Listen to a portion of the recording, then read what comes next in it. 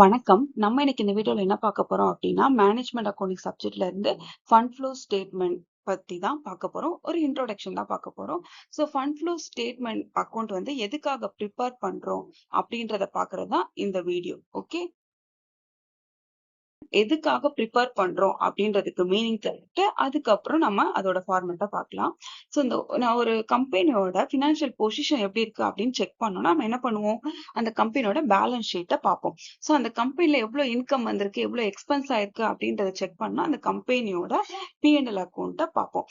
ஆனா, அந்த amount எதனாலலாம் expense ஆச்சு, எந்தெந்த பர்ப்பஸ்க்குலாம் நம்ம யூஸ் பண்ணியிருக்கோம், எந்தெந்த பர்ப்பஸ்னால நமக்கு ஃபண்ட் உள்ள வந்தது அப்படின்றது தெரியணும் இல்லையா? அந்த P&L அக்கவுண்ட்ட பார்த்தாவோ, இல்ல அந்த கம்பெனியோட பேலன்ஸ் ஷீட்ட பார்த்தாவோ அது தெரியாது. அப்போ லாங் டர்மா யூஸ் பண்ணி, லாங் டர்ம் இன்வெஸ்ட்மென்ட் பண்ணனால எவ்வளவு அமௌண்ட் நமக்கு உள்ள வந்திருக்கு, எவ்வளவு ஃபண்ட் வெளிய போயிருக்கு. அதே மாதிரி ஷார்ட் டர்ம் ஃபண்ட யூஸ் பண்ணனால எவ்வளவு ஷார்ட் டர்ம் பீரியட்ல ஃபண்ட் உள்ள வந்திருக்கு, எவ்வளவு வெளிய போயிருக்கு அப்படின்றத செக் பண்றது தான் இந்த ஃபண்ட் ஃப்ளோ ஸ்டேட்மெண்ட். ஒரு இதுக்கும் எவ்வளவு செலவு பண்ணியிருக்கோம், எவ்வளவு இன்கம் உள்ள வந்திருக்கு, அதனால எவ்வளவு எக்ஸ்பென்ஸ் ஆயிருக்கு அப்படின்றத ஸ்பெசிபிக்கா பாக்குறதுக்கு யூஸ்ஃபுல்லா இருக்கதான் இந்த fund flow statement. Okay. Next நம்ம என்ன ப்ரிப்பேர் பண்ண போறோம் அப்படின்னா, ஃபண்ட் ஃப்ளோ ஸ்டேட்மெண்ட் எப்படி ப்ரிப்பேர் பண்றது அப்படின்றதுக்கான ஃபார்மேட் தான் பார்க்க போறோம். ஒரு ஃபண்ட் ஃப்ளோ ஸ்டேட்மெண்ட் ப்ரிப்பேர் பண்றதுக்கு முன்னாடி 2 ஸ்டெப்ஸ முடிச்சா மட்டும்தான் தேர்ட் ஃபண்ட் ஃப்ளோ ஸ்டேட்மெண்ட்டை ப்ரிப்பேர் பண்ண முடியும்.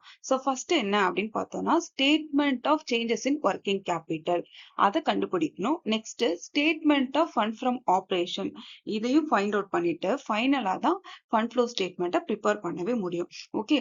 ஃபர்ஸ்ட் ஒன் பை ஒன்னா நம்ம அதுக்கான ஃபார்மேட்ட பார்க்கலாம். நெக்ஸ்ட் வீடியோல நம்ம சம் பார்க்கலாம்.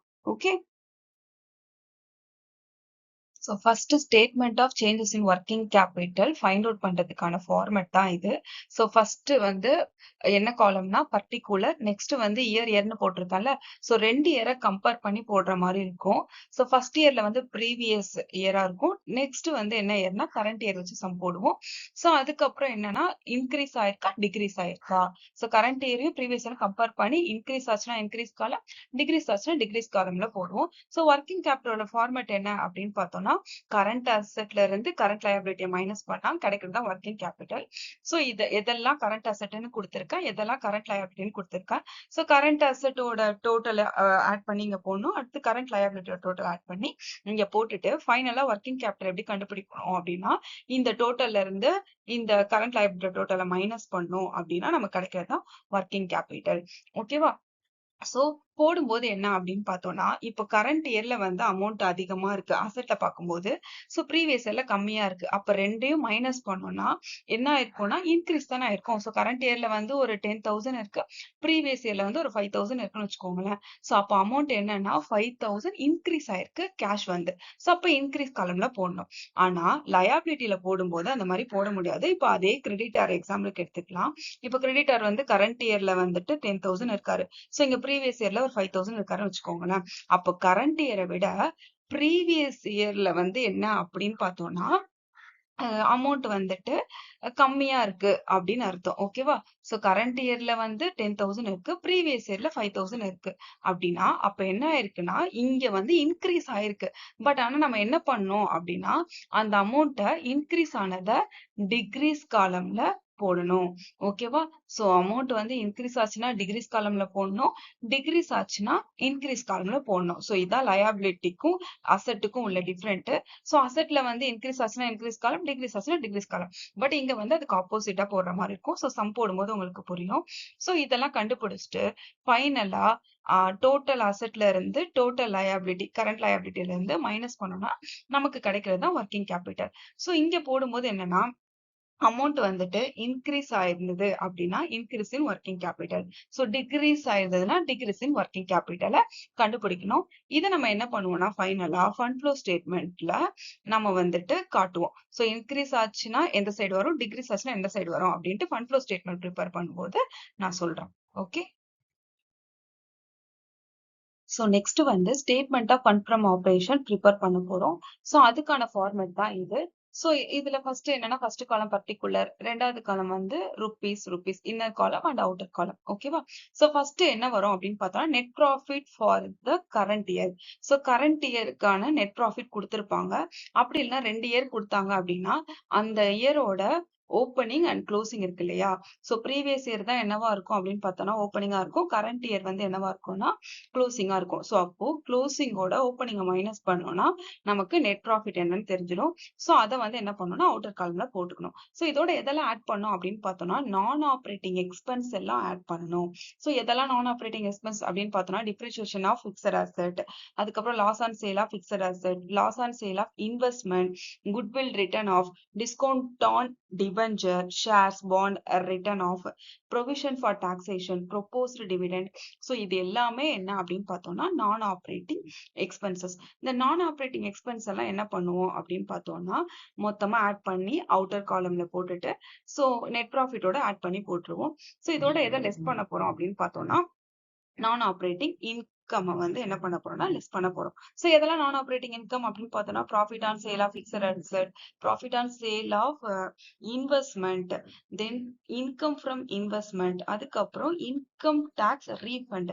சோ இன்கம் டாக்ஸை வந்து ரீஃபண்ட் பண்ணிட்டாங்க நம்ம பே பண்ணனா அதுவும் one of the non operating income. ஓகேவா? சோ இதெல்லாம் இன்னர் காலம்ல போட்டிருக்கோம்ல இதை ஆட் பண்ணி மொத்தமா அவுட்டர் காலம்ல போட்டுட்டு இந்த டோட்டலோட மைனஸ் பண்ணோம்னா ஆன்சர் வந்து பிளஸ்ல வந்ததுன்னா fund from operation. So fund வந்து உள்ள வந்திருக்கு அப்படின்னு அர்த்தம்.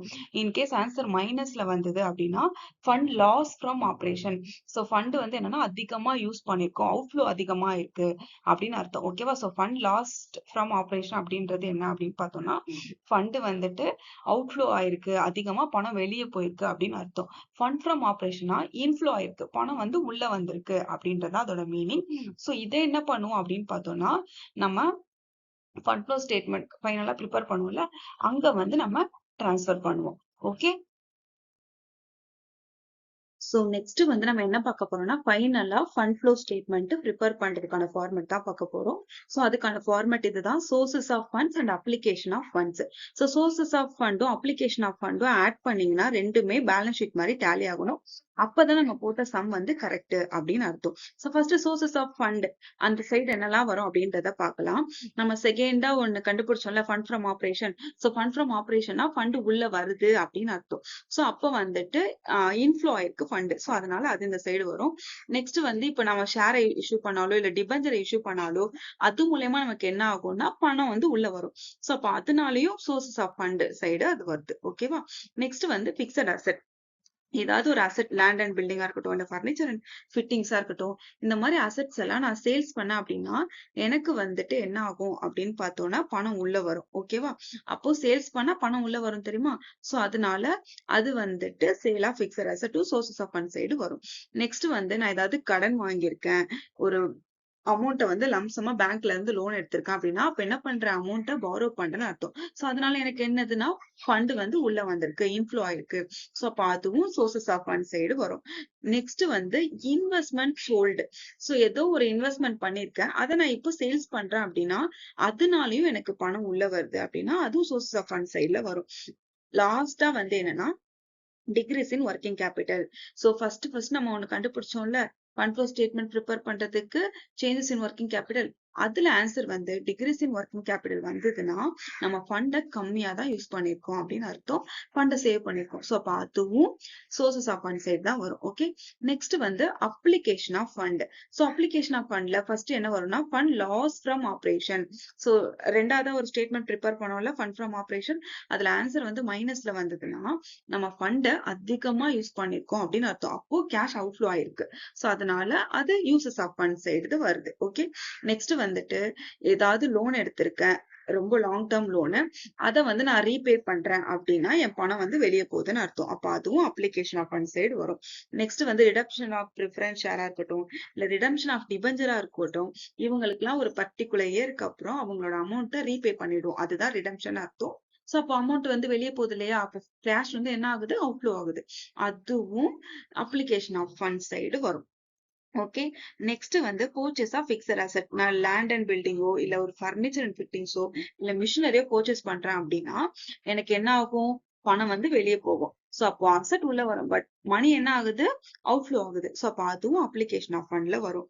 ஸோ வந்து அந்த கம்பெனி வந்து டாக்ஸ் பே பண்ணுச்சு அப்படின்னா பணம் வெளிய போகும். அதுவும் அப்ளிகேஷன் ஆஃப் ஃபண்ட் சைடு வரும். லாஸ்ட் வந்து increase in working capital. So changes in working கேபிட்டல்ல கண்டுபிடிச்சோம் இல்லையா? அதுல answer increase in working capital ஆச்சு அப்படின்னா பணம் அதிகமா யூஸ் பண்ணிருக்கோம்னு அர்த்தம். ஸோ அப்ப அதுவும் வந்து அப்ளிகேஷன் ஆஃப் ஃபண்ட் சைடு வரும். ஓகே. ஸோ இதுதான் ஃபண்ட் ஃப்ளோ ஸ்டேட்மெண்ட் ப்ரிப்பேர் பண்றதுக்கான ஃபார்மட். ஸோ நெக்ஸ்ட் கிளாஸ்ல நம்ம என்ன பண்ணலாம்னா நெக்ஸ்ட் வீடியோல நான் வந்துட்டு ஒன் பை ஒன்னா சம் வந்துட்டு உங்களுக்கு போடுறேன். ஸோ இது வரைக்கும் உங்களுக்கு புரிஞ்சிருக்கும்னு நினைக்கிறேன். தேங்க்யூ.